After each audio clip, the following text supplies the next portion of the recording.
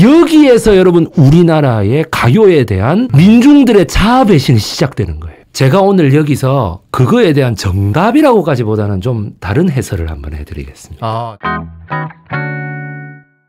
일본이 주장하는 왜 일본의 일장기 이런 거 있잖아요. 네. 요런 이미지가 떠오른다고 많은 사학자들이 말을 하고 있어요. 방금 불러주신 그 부분이요. 왜냐하면 번지 없는 주막이라든가 나그네 서름이라든가 요런 거는 짜여진 자본주의의 어떤 희망이라든가 딱 짜여진 생활이라기보다는 그거를 파괴하고 좀 허무주의로 빠지는 느낌이었는데 네. 요 노래는 뭔가 좀 근면성실함 그리고 어떤 일본에서의 그런 만주국이 막 이렇게 그 홍보되는 어떤 그런 가요의 느낌. 예. 그 발표 시점이 리순 항구의 개발 공사가 한창 진행되고 거기에 왜 그런 모델 하우스가 전 세계에 막 공부할 거 아니야 일본이. 여기로 투자하세요. 그래서 네네. 영국, 프랑스 엄청 투자합니다. 영국, 프랑스, 미국이 저기 가면은 왜 우리 뭐 투자하면은 뭐 3배로 건질 수 있다면 그거 왜 투자 안 하겠어요? 그런 식으로 러시아도 투자하고 막 전 세계의 투자를 다 끌어모아요. 그래서 그런 어떤 좀 홍보송으로 쓰인 거 아니야? 이런 말들을 많이 하고 있습니다. 그래서 그 대지의 항구라는 게 리순 항구 아니면 그럼 뭔데? 이렇게 되는 거죠. 요거하고 똑같은 친일의 오해를 받는 쪽이 또 하나 있어요. 그 여러분 남인수라는 가수를 아시죠? 감격시대라는 노래입니다. 거리는 부른다 환희에 빛나는 춤추는 거리다 이렇게 불러요. 미풍은 쏟아. 미풍이 왜 제일 약한 바람이잖아요. 예, 그러니까 예. 속삭인다가 되는 거예요. 그러니까 이게 또 뭐야 요것도 좀 친일 아이가 맨 처음에 있잖아요. 예. 이게 간주가 시작될 때가 빰 빠바밤 이렇게 갑니다. 트럼펫이. 이게 만주국 홍보 아니요? 이렇게 되는 거죠. 소위 태평성대다. 이 민족이 민족 총동원을 당하고 온갖 약탈을 당하고 언어도 뺏기고 이러고 있는 한국에 어떻게 이렇게 대지의 항구의 감격시대라니 이게 무슨 말도 안 되는 소리냐라는 의견이 많았습니다. 80년대 90년대에 가요를 가지고 역사를 설명하는 바람이 있었거든요. 네네. 그래서 거의 친일 가요로 이게 규정이 됐었어. 그래서 뭐냐면 또 43년 이때부터 그 백년설 씨나 저고리 시스터 그 사람들도 일본 군가에 막 강제 동원되거든요. 제가 오늘 여기서 그거에 대한 정답이라고까지보다는 좀 다른 해설을 한번 해드리겠습니다. 친일 가요가 아니라는. 아닙니다. 39년부터 40년 사이에 발표된 겁니다. 조선어로 노래를 부르는 게 가능하다고 생각하십니까? 그거는 있을 수 없는 일입니다. 조선어를 절대 못했는데요. 한마디로 이 두 가수는 목숨을 내놓고 지금 취입하는 거예요. 이게 만약 총독부 귀에 딱 거슬리면 이 두 가수는 바로 징용입니다. 네. 미나미 지로가 얼마나 악독한 놈이었는데. 미나미 지로. 얼마나 악독한 놈이었는데. 그리고 김영춘도 마찬가지. 단성사라든가 여러분 김두한이 있던 우미관 같은 이런 경우에 미나미 지로가 우리나라 최악의 친일파 서울 종로경찰서 고등계라는 게 전부 다 뭐냐면 일본 제국주의에 반대하는 사상범, 독립운동가 이런 거 다 잡는 거거든요. 걔가 뭐냐면 형사부장이 있었어요. 그 이름 석자를 꼭 기억해 주십시오. 유승운입니다. 이 유승운에 의해서 이런 게 다 잡혀요. 어느 정도였느냐 유승운이 막 그 이술과 심순애나 이런 게 영화가 돌아가고 있잖아요. 돌아가고 있는데 일부러 꺼요. 영사기를. 그냥 사람들 반응을 본다고. 얘라 왜 꺼? 막 이 일본 놈들 뭐 이러면 다 잡아가는 거야. 끄면서 불을 확 켭니다. 그냥 내한테 할당량이 200명인데 체포할 할당량이. 아직 150명밖에 안 됐어. 50명 오늘 여기서 잡아가야 돼. 사람 많은 극장을 갑자기 꺼지니까 와 욕하면 잡아가는 거예요. 너 나와. 이러고 있었다고. 이 한국 사람이에요. 그리고 지 마음에 안 들면 무조건 체포야. 저 조선어 나오네. 데리고 와. 그런데 유승운도 못 건드린 거예요. 백년설하고 남인수는. 왜? 이걸 붙잡았다가 또 갑자기 저항운동이 일어나면 어떡해. 민중들이 들고 일어날까 봐요. 이게 스타란 말이에요. 스타. 그러니까 딱 각오하고 우리는 비록 수탈 경제고 징용당하고 온갖 서름을 하고 있지만 그러나 그거를 우리는 희망찬 노래로 간다 해가지고 감격시대. 대제항구 이런 식으로 갈 수도 있지 않습니까? 그렇기 때문에 이 두 가수를 친일 가수로 부르기에는 동일 시대에 히트친 번지 없는 주막을 어떻게 해석할 겁니까? 나그네 소름도 그렇고요. 예. 그 다음에 동일 시대에 남인수가 불렀던 황성예터를 어떻게 해석할 겁니까? 그거 하나만 갖고 했다. 그 다음에 했다. 이렇게 되는 그게 아니고 동시에 나왔다고. 예, 동시에 그리고 때. 동시에 히트 쳤다고. 예. 그럼 그거 어떻게 해석할 수 있느냐라는 얘기죠. 물론 이 두 사람이 42년, 43년에 일제 군가를 부르지 않은 건 아닙니다. 그런데 여러분들도 여기에 총이 있으면 어떻게 하시겠습니까? 살라고 뭔들 못하겠습니까? 그냥 뭐 가수에게 뭐 얼마나 대단한 걸 요구하십니까? 예. 왜 우리가 친일파들을 처단하지 못하고 지금까지도 그러고 있는데 뭐 그 가수에게만 혹독한 잣대를 들이대가지고 막 그거 왜 그러는데요? 물론 그 가수가 욕을 먹어야 되는 이유는 네.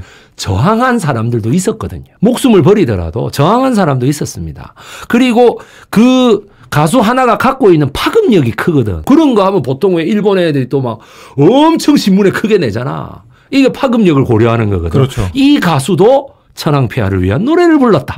이런 식으로 얘기를 한다. 그럼 사람들이 이 가수도 했는데 우리 왜 단톡방에 모임 공지하면은 꼭 모임 당일날 단톡방에 저 못 가요 하는 분 있잖아요. 그러면 왜 갈까 말까 하는 사람마저도 어떻게 돼요? 나 안 갈래. 저도 좀 갑자기 이게 그래 되잖아요. 그런 식으로 영향력을 미쳤다라고 보시면 됩니다. 그렇기 때문에 그런 부분은 얼마든지 지적할 수 있으나 이 감격 시대하고 이것이 그런 의도로 지어졌다라고 하는 거는 저는 인정하기가 좀 어렵습니다. 꼭 친일을 위해서 예. 만든 노래, 취입한 노래는 아니다. 그러니까 뭐 친일파들이 행사에서 틀었을 수는 있겠지. 자 봐라 감격 시대 아니냐 지금 무슨 수탈 시대냐 감격 시대야 지금. 네. 근데 이게 감격 시대라는 노래가 우리에게 희망을 주기 위한 노래였는가? 아니면 진짜로 일본 놈들한테 아부를 하고 딸랑딸랑 하려고 만든 노래였는가? 찬양하려고 했던 노래였는가? 그러면 황성예터는 어떻게 해석하실 건데? 번지 없는 주막은 나그네 서름은 네. 그걸 어떻게 해석합니까? 그러면 그러니까 황성예터를 잘 모르시는 분들을 위해서 잠깐만 좀 짧게 황성예터를 좀 설명을 해주신다면요. 황성예터는 원래 1929년에 이애리수라는 분이 이애리스라는 여자 가수가 불렀는데 그때는 그렇게 히트치지 않았어요. 네. 이게 1941년도에 들어오면서 남인수 씨가 리메이크합니다. 황성예터의 밤이 되니 월생만 고요해. 이거 18번이었던 사람이 누굽니까? 박정희입니다. 예, 이 노래가 뭐 박정희, 황성예터하고 동백아가씨 두 개. 그래서 황성예터를 훨씬 더 많이 불러요. 그래서 참 예. 우리가 이 지도를 하나 더 보시면은 여기 네. 있는 이 지도가 참이 중요한 거다. 한국 독립군, 대한독립군, 조선혁명군이라고 하는 이 지도가 예.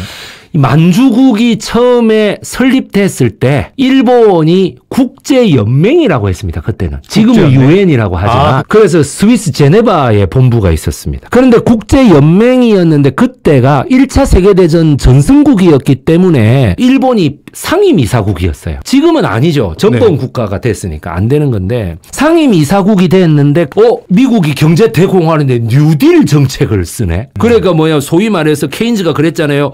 도시에 쓰레기를 한 군데 모아가지고 땅을 파고 거기다 묻고 다시 꺼내라. 네. 그러면 일한 만큼의 임금을 줘라. 네. 그렇게 해서 사람들이 마트에 가서 사 먹게 하면 경제 위기를 타개할 수 있다 이러잖아요. 그런 장소에서 테네시강 개발 계획도 하고 이렇게 하는 걸 보면서 우리는 만주 세우겠다고. 만주국을 건설하겠다고.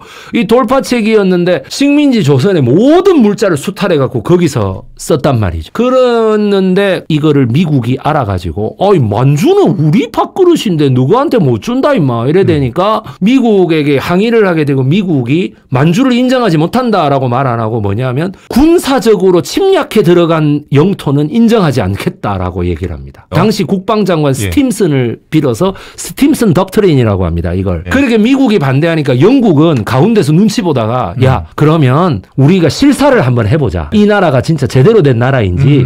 그래서 영국의 리턴이라고 하는 백작이 인도의 총독 비슷하게 해가지고 있다가 만주로 조사하러 와요. 만주로 조사하러 오는데 오랜 기간을 거쳐가지고 뭐냐면은 이거는 부적합하다.